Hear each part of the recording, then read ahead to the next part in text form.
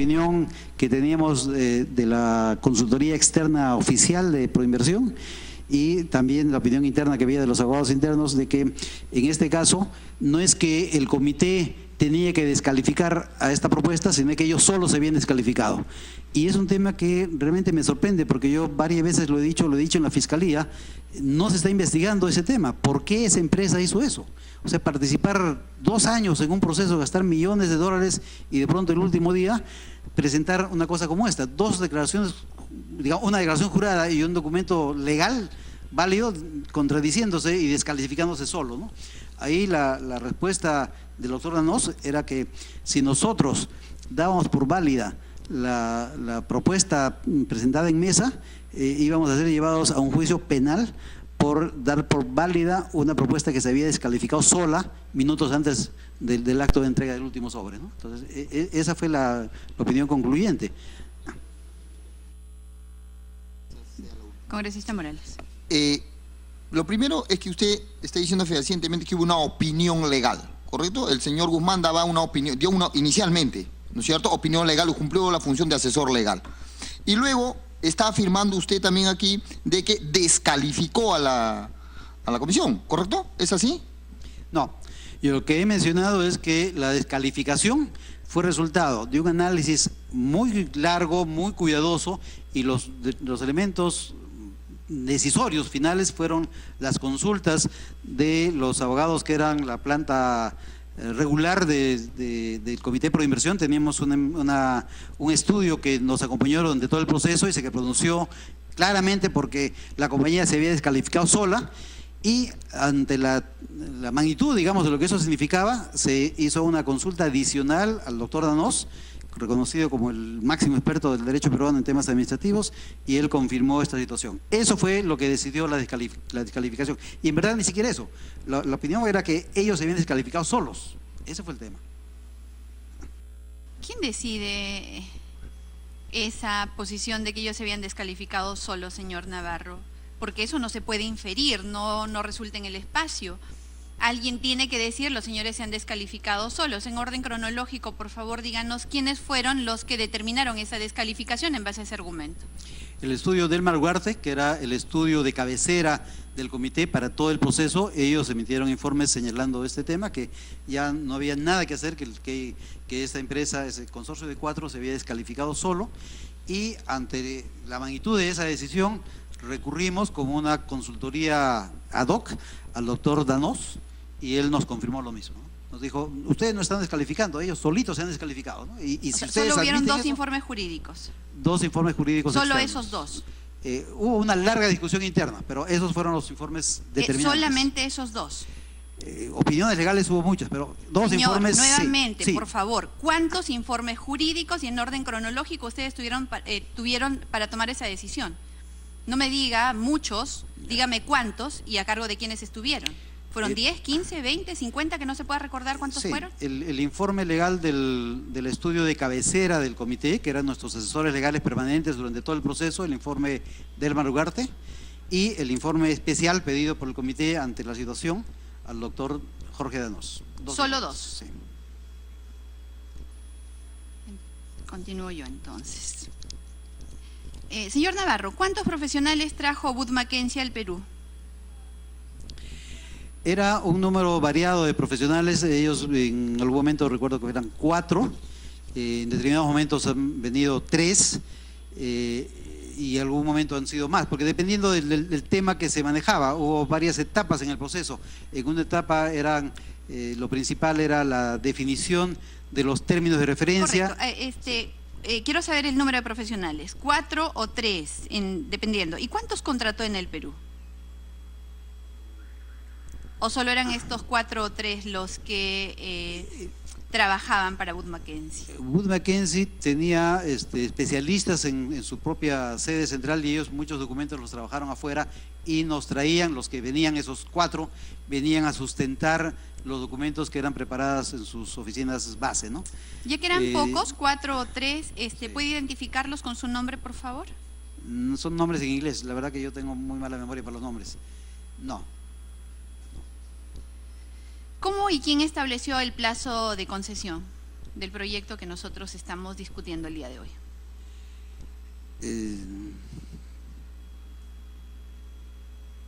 No lo sé con precisión. El plazo de concesión, 30 años de concesión. ¿Cómo No y lo quién recuerdo lo en este estableció? momento. No lo sé. No sé si vino así del ministerio, porque como le recuerdo, este proyecto fue un proyecto del ministerio encargado por inversión para que busque los inversionistas que lo hagan. Tendría que buscar los documentos. No lo recuerdo en este momento. ¿Recuerda usted dónde está la sede de Wood Mackenzie? Ellos tienen una oficina regional en Buenos Aires y es una empresa que se mueve globalmente, tiene oficinas importantes en Estados Unidos y también en Londres. No sé la sede principal en cuál de esos dos lugares está, pero hay una sede regional para Latinoamérica en Buenos Aires. ¿Quiénes se adjudicaron el nodo energético? El nodo energético, también por iniciativa nuestra, se dividió en dos, porque la principal motivación era seguridad para el país ante cualquier eventualidad. Y si todo se hacía en un solo sitio, podía estar sujeto a las vulnerabilidades de tener… ¿Quiénes se adjudicaron? Entonces, en un caso fue Suez, en el caso de… O sea, de uno de Hilo, ellos se adjudica el grupo Suez, Suez, sí, ¿ya? y ¿Y el en otro? el caso de Mollendo, el grupo Samay es la empresa. Es una empresa, Samay, que tenía otra empresa generadora en Lima también, no me acuerdo el nombre, pero la empresa del sur se llama Samay. Calpa, ¿Y la de el Hilo? grupo Calpa. Ah, bueno, la de Mollendo es Suez. No, la de Hilo es Suez. La de Hilo Suez y la de Mollendo Samay. Samay, así es. ¿Estas centrales están operando, señor Navarro? Sí, y han salvado ya al sur de varias ¿Con qué situaciones gas de emergencia. están operando, señor No, Navarro? la obligación era construir centrales que puedan operar al principio con diésel, de tal manera que si hay por alguna razón interrupción del suministro desde Lima, pueda en forma autónoma darle energía al sur, y varias veces han salvado al sur ya de En apagones. este momento están operando con diésel. Están operando con diésel y su obligación es que apenas llegue el gasoducto, tienen que pasarse a gas. Y así han sido diseñadas estas plantas. ¿Y quién está subsidiando el diésel con el cual operan estas centrales? No hay un subsidio. ¿Quién lo está financiando? ¿Quién lo paga? Ellos lo pagan y eso finalmente se termina pagando en la tarifa eléctrica. Por eso es que… O sea, ¿quién paga finalmente? El ciudadano de a pie. Por eso es El que si no se ciudadano hace de a pie. gasoducto… O sea, el ciudadano de a pie paga para Suez y paga para Samay. Para todas las empresas eléctricas, para ellos también, ¿no? Si ellos entran a generar con diésel, van a tener una tarifa que compense ese mayor costo, ¿no? Sí, hay que hacer un análisis profundo ahí. Señor Navarro, usted tiene amplio conocimiento del sector, conoce a las empresas. ¿Puede decirme si Samaya es Calpa? Sí. Samaya es Calpa. Samaya es Calpa, sí. ¿Conoce a las empresas que les hacen la estructuración financiera a estas empresas? No. ¿Conoce a Westfield? No, solamente he leído en los periódicos ese nombre ni siquiera lo conocía. No conocía que era la empresa que asesoraba a Suez, antes Enersur, tampoco a Calpa, que es lo mismo que Samaya. No, mi sector es el sector de petróleo y gas, ¿no? Ese sector es el sector eléctrico, que lo conozco de un poco de lejos, porque son usuarios de gas, pero no directamente, ¿no? ¿Desde cuándo conoce al señor Pedro Pablo Kuczynski? Yo era director general de hidrocarburos cuando él fue premier, y alguna vez ha habido alguna reunión de trabajo con su presencia, ¿no?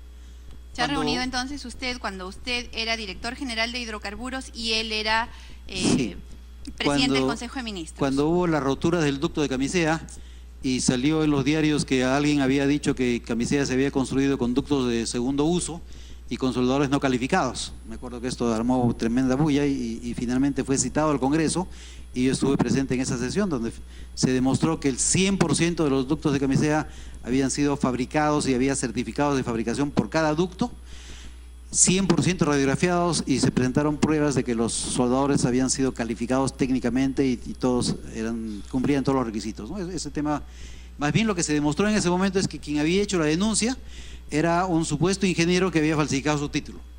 Esa fue una anécdota. ¿Y sabe de la quién época. fabricaba los ductos? ¿Por casualidad? No. ¿Quién, en el sector, quién fabrica ductos? Bueno, hay ductos de Techint, hay ductos de Tenaris en Latinoamérica, digamos, son proveedores importantes. Hay ductos que vienen de Europa, los grupos suecos, grupos alemanes, importantes fabricantes de ductos. ¿De dónde más vienen? de la China han venido últimamente también ductos de la India también, y para Camisea y para los oleoductos no peruanos en su momento vinieron de Alemania y de Argentina. ¿Tiene o tuvo alguna relación con Transportadora de Gas del Perú? Relación funcional. Cuando fui director general de hidrocarburos y en esa época hubo todas las roturas iniciales del ducto de líquidos, tenía una intensa relación para ver cuándo se arreglaban los ductos y de qué manera normalizábamos la atención al mercado, ¿no? Pero una relación estrictamente de autoridad hacia empresa que tenía que dar cuenta de la autoridad, ¿no? Se ha trabajado bastante con TGP.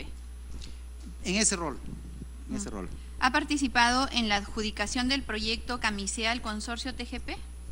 No. Yo llegué al ministerio a esa posición en el año 2003, cuando Camisea ya estaba en plena construcción y ya los contratos se habían firmado el año 2000. Yo llegué el año 2003. ¿Sabe si Techint y Tenaris son empresas en las cuales el presidente Kuczynski, ahora presidente, antes funcionario y también empresario, consultor, etcétera, es miembro del directorio? No, no lo sé. ¿No lo sabe? No lo sé. ¿En qué otros proyectos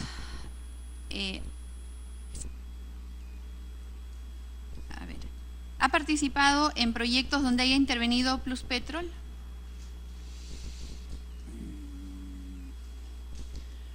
A ver, como funcionario de Petroperú, Petroperú siempre ha estado interesado en el desarrollo de las fuentes de suministro, y más que proyectos hemos buscado siempre el tener producción de crudo local que cubra los requerimientos nuestros. Entonces Petroperú ha tenido una relación comercial con Pluspetrol para comprar el crudo de la selva, en la época en que Pluspetrol tenía el lote 8 y el lote que hoy día se llama 192, ¿no?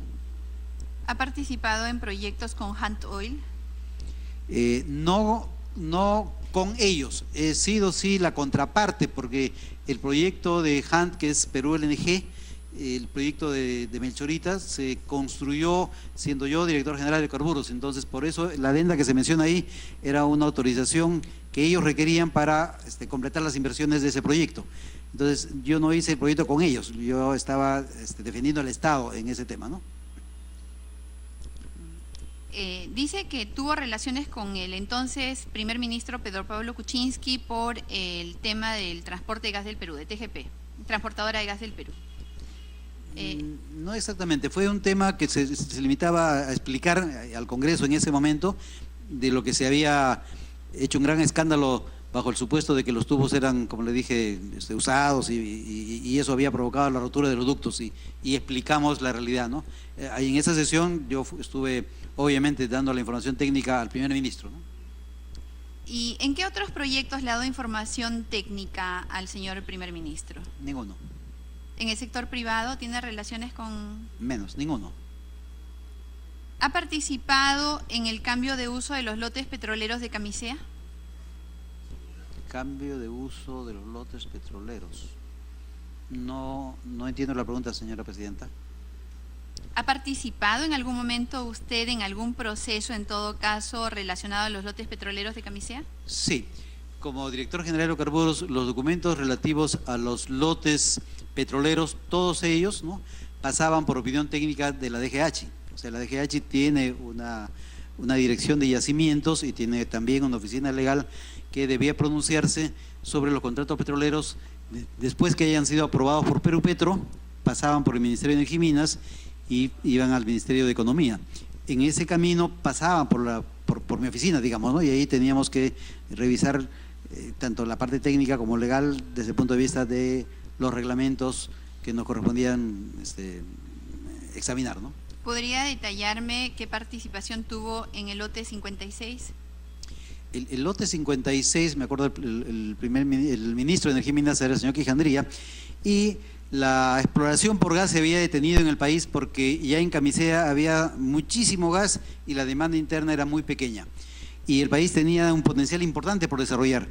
Entonces, él propuso que se hiciera un proyecto para exportar gas, porque era la única forma de atraer inversión que buscara más gas en el territorio, que se sabía que teníamos más gas, pero no había ningún interés en hacer esa búsqueda porque ya el mercado estaba absolutamente cubierto. Entonces se hizo una propuesta que no fue nuestra, la propuesta fue una propuesta política, digamos, una propuesta del Poder Ejecutivo de hacer un proyecto de exportación. Y en ese proyecto de exportación entonces se diseñó que se iba a autorizar el que un lote sea destinado exclusivamente a la exportación, y por eso el lote 56 es el único que tiene esa condición, ¿no? Es un lote que se firmó para que pueda servir de base a la exportación, y entonces eso le dé la señal al mercado de que había opciones de seguir buscando por hidrocarburos en el país, seguir haciendo actividad exploratoria. Y efectivamente por parte del Estado, ¿quién tuvo esa genial idea política de destinar el lote 56 como foco de promoción para poder exportar? No lo recuerdo con precisión. ¿Quién debería haber sido? Bueno, es una iniciativa normalmente del Ministerio de Minas, ¿no? Porque es parte de la gestión del Ministerio de Minas. O sea, sí. Podríamos inferir, o en todo caso le tendría que preguntar al exministro de Energía y Minas en ese momento, ¿quién era? Sí. Bueno, no puedo precisar si fue exactamente Jaime Quijandría o alguno de los que estuvo por esa época, pero fue por esa época, ¿no? En que ¿Y con respecto al lote 58? El lote 58 es un lote que no tiene esa característica, es un lote que está sujeto a las condiciones generales, fue firmado hace muchos años y posteriormente fue traspasado a la empresa estatal china, que es la que ha confirmado ya las reservas de que allí existe por lo menos medio camisea, ¿no? Y que además recientemente se ha anunciado que ya le han aprobado el plan de desarrollo comercial. O sea, quiere decir que ese lote va a empezar ya a generar una producción adicional de gas. ¿Ha participado en la transferencia de los lotes concesionados a Petrobras, a la empresa petrolera china? No, esto fue posterior a mi salida del ministerio, y lo leí en los periódicos. Usted afirma que hay reservas de gas. Sí, muchísimas. Usted dice que mediante estudios está aprobado. ¿A qué estudios se refiere, señor Navarro? Ya. La primera base es la información que recibe la Dirección General de Hidrocarburos todos los años. La Dirección General con sus... Señor Navarro, permítame por favor para poder ser expeditivos. ¿Qué estudios son los que se hacen para poder determinar la existencia de gas? Los estudios que cada empresa debe presentar al Ministerio sobre las reservas que tiene, tanto de petróleo como gas. Esto llega a la Dirección General de Hidrocarburos, que tiene una dirección interna que se llama Yacimientos. Sí, no le pido la ruta de la aprobación del estudio, le pregunto cuál es el estudio. ¿Se hacen perforaciones para hacer este estudio? Sí. Y además de perforaciones... ¿Cuándo se ha realizado la última perforación en el Perú que determine la cantidad de gas que hay? No lo sé porque ya no estoy en ese tema. Ahorita yo La última que usted recuerde, las que se hayan hecho como perforaciones buscando hacer un estudio que determine la cantidad de gas. ¿Cuándo se ha hecho? De toda la experiencia que usted tiene. En el lote 58 se hicieron varias perforaciones que confirmaron la existencia de yacimientos importantes que al tener ya viabilidad comercial han sido registrados como reservas probadas y autorizadas ya a una explotación comercial por Perupetro, ¿no? El estudio específico, si usted me pide directamente cuál es el estudio específico, se llama el Libro Anual de Reservas. El Libro Anual de Reservas es un documento oficial publicado por el Ministerio de Energía y Minas que tiene la opinión del Ministerio, su propia opinión, porque tiene sus propios expertos y contrata asesoría de expertos de fuera para revisar la información presentada por las empresas y previa calificación termina conformando lo que se llama el Libro Anual de Reservas. Ese documento es el que nos da la seguridad de tener reservas importantes de gas en el país. Con respecto al lote 88, nos hablaba del 56 y del 58. Cuéntenos con respecto al lote 88. El lote 88 fue el origen, el lote que se perforó hace muchísimos años y que estuvo dormido durante 20 años hasta que finalmente el año 2000 se firmó el contrato. Y ese lote tiene un contrato único en la legislación peruana. En todos los demás lotes, los contratistas, cuando descubren hidrocarburo, ya sea gas o petróleo, y van a la producción comercial, en el momento en que la producción está en superficie y pagan la regalía acordada, en ese momento el contratista es dueño del hidrocarburo y puede hacer lo que quiere como dueño. En ese lote, el lote 88, no tiene esa libertad. El lote 88 su obligación es atender el mercado interno y su obligación es además vender a un precio que tiene una fórmula de actualización y tiene un techo. No puede vender más caro que lo que ese contrato establece. ¿Por qué esa condición excepcional de ese lote? Porque en el año 2000 se firmó un contrato sobre un lote que ya tenía reservas probadas por todo el trabajo previo que había hecho Shell en 2 oportunidades y que finalmente Shell se fue y dejó para el país un lote con reservas probadas importantes. Por esa razón, ese lote es el único que tiene esa condición. Este libro que usted ha mencionado, el libro anual de reservas, sí. Dígame, señor Navarro, ¿es un informe de oferta comercial de gas o es un informe de existencia geológica de gas? Es un informe de existencia en 3 niveles. La reserva probada es un gas que comercialmente se puede utilizar. Es un gas que no solamente tiene la comprobación física de su existencia, sino tiene medios para ponerlo en el mercado. Y hay 3 niveles de información en ese libro de reservas. Está las reservas probadas, las reservas probables, es el gas que también se tiene cierta seguridad sobre su existencia, pero que no hay una viabilidad técnica o económica en ese momento para ponerlo en el mercado. Y la reserva probable es aquella donde hay información preliminar sobre la existencia de importantes bolsones de hidrocarburos, pero todavía falta información que permita probar tanto la viabilidad económica de su explotación como la verdadera magnitud de las reservas. Entonces hay esos 3 niveles de información en ese libro que además es público, está publicado en la web del Ministerio de Energía y Minas. Señor Navarro, ¿conoce cuál fue el resultado del informe especial a Perupetro S.A. sobre el proceso de contratación del lote 56 correspondiente al periodo enero 2003-diciembre del 2004? Si no lo recuerda, en este informe de Contraloría encuentran responsabilidad en el ahora presidente Pedro Pablo Kuczynski, entonces ministro de Economía entre febrero del 2004 y agosto del 2005, y entre otros en usted, como miembro del directorio de Perupetro desde el 12 de marzo del 2004, continuando en octubre del 2008. ¿Por qué? Por haber aprobado el proyecto de contrato de explotación de hidrocarburos del lote 56 con la contratista conformada por Plus Petrol, Hunt Oil Company of Peru, SK Corporation, Tecpetro, Sonatrach, por aplicar metodologías de regalías diferentes a las reglamentarias. Sí, es una acusación bien curiosa porque, a ver, el reglamento decía que en el Perú debía utilizarse la regalía mínima de 15 y la regalía máxima de 30. Y resulta que en Camisea se consiguió una regalía más alta. Entonces fuimos acusados por Contraloría por cobrar una regalía fuera del reglamento, por cobrar una regalía más alta. Pero es el tipo de acusaciones que finalmente demuestran nuestro compromiso con el país. O sea, el que una empresa le pague más regalías al país termina siendo objeto de una acusación. Ese fue el tema. ¿Cuál fue el resultado de esta acusación?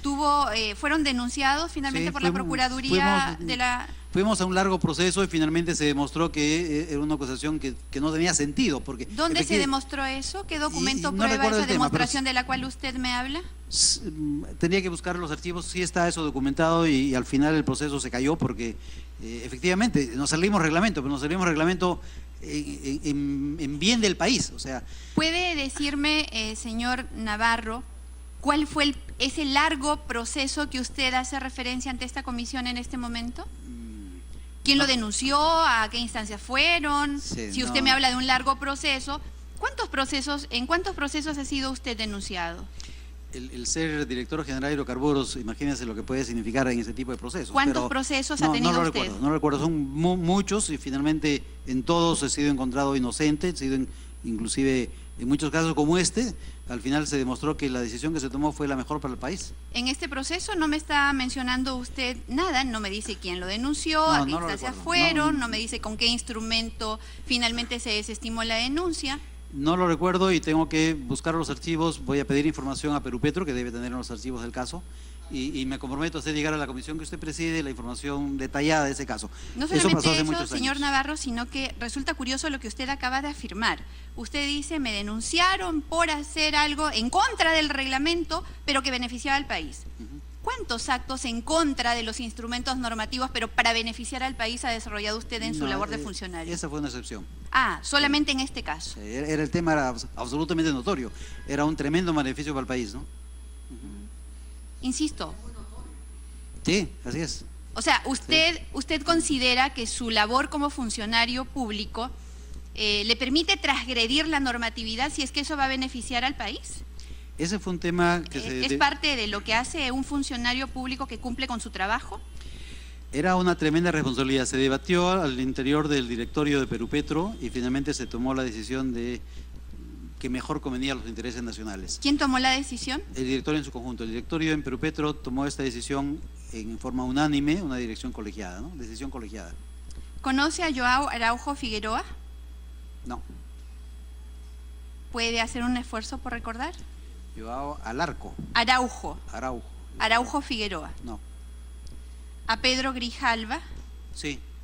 Pedro Grijalva fue un peruano que trabajó en el lote 10, en el momento en que el lote 10 era manejado por Petrobras. O sea, era un peruano que trabajaba en Petrobras. Para cerrar la pregunta anterior, entonces, ¿reconoce usted que transgredió el reglamento para fijar… Esa fue la acusación. Pero usted reconoce que lo hizo, porque además lo dice con orgullo. Si tengo que sentir orgullo por beneficiar al país, sí. ¿Por transgredir el reglamento también? No, esa parte no es algo que deba llenar esa satisfacción. Eso más bien da pena que a veces algunos reglamentos vayan en contra de los intereses nacionales, ¿no? Pero si hay que elegir entre un reglamento y el país, creo que no hay duda. El país Se está por transgrede encima. reglamentos, entonces. Sí. Congresista Karina Beteta. Gracias, Presidenta. Para poder ir en el mismo sentido de la pregunta, que el señor se siente orgulloso, dice si hay la necesidad de transgredir reglamentos, normas por beneficiar al país, lo haría. Nos gustaría que nos pueda manifestar de forma clara y precisa cuál fue el beneficio para el país. El beneficio para el país fue que Camisea y también el lote 56 se comprometieron a pagar, y lo están haciendo, regalías más altas que las que señalaba el reglamento en esa oportunidad. Y no es que me sienta orgulloso en general de transgredir, así en términos generales. Lo dije que esta fue una excepción que motivó un análisis colegiado del directorio y que, vista la situación de decidir el bienestar del país o una norma que claramente estaba en contra de los intereses nacionales, decidimos algo que en ese momento era claro que era importante para el país. Y no es esto una conducta regular, no, de ninguna manera. Entonces, esa conducta irregular también fue del señor Pedro Pablo Kuczynski, entonces ministro de Economía. Ustedes han sido denunciados por lo mismo. Nosotros tuvimos una decisión en el directorio de Perupetro y asumo la responsabilidad por la decisión en ese momento en el directorio de Perupetro. Las otras autoridades tendrán que explicar su propio tema, ¿no? Volviendo rápidamente al tema de la empresa estatal china, ¿a cuánto ascendió y dónde se hizo el pago por la compra de la concesión de Petrobras por parte de esta empresa? Esa transacción se hizo cuando yo ya no estaba en el ministerio, solamente sé lo que dijeron los periódicos, ¿no? ¿Conoce a Silvia de Dios Villaizán? Silvia de Dios Villaizán, no. Villaizán. Villaizán, no la conozco, señora Presidenta. Repito que usted puede tomarse el tiempo de recordar. Recuerde que está bajo juramento en este acto. A ver, en primer lugar debo señalar que tengo 69 años. No solamente he sido director general de hidrocarburos, sino funcionario de Petroperú y de otras instituciones, profesor universitario durante muchos años, conozco mucha gente. Suele pasar que la gente me saluda y yo no la recuerdo, pero el nombre que usted me ha mencionado no me es familiar. ¿Ha trabajado con el ministro Pedro Sánchez? ¿Con el Sí. exministro Pedro Sánchez? Sí, fue… ¿En qué proyectos? No en proyectos, sino fue la etapa final de mi permanencia en el ministerio. Y cuando él fue ministro, yo salí del Ministerio de Energía y Minas, salí de la Dirección General. Le vamos a requerir en este acto que nos alcance las actas, si es que las tiene, de las reuniones del Comité Pro Seguridad Energética. La voy a requerir de Proinversión y la vamos a hacer llegar. ¿Quién o quiénes le daban apoyo técnico al Comité Pro Seguridad Energética? Había dos clases de apoyo técnico. El apoyo interno era personal de Proinversión, había personal especializado en los procesos administrativos de cómo se convoca a estos procesos de Proinversión, había personal también de planta, abogados que podíamos recurrir de Proinversión en algunas consultas, había técnicos en temas de mercado, por ejemplo, cuando manejamos el tema del nodo energético, hubo un ingeniero electricista o especialista en temas eléctricos que nos apoyó.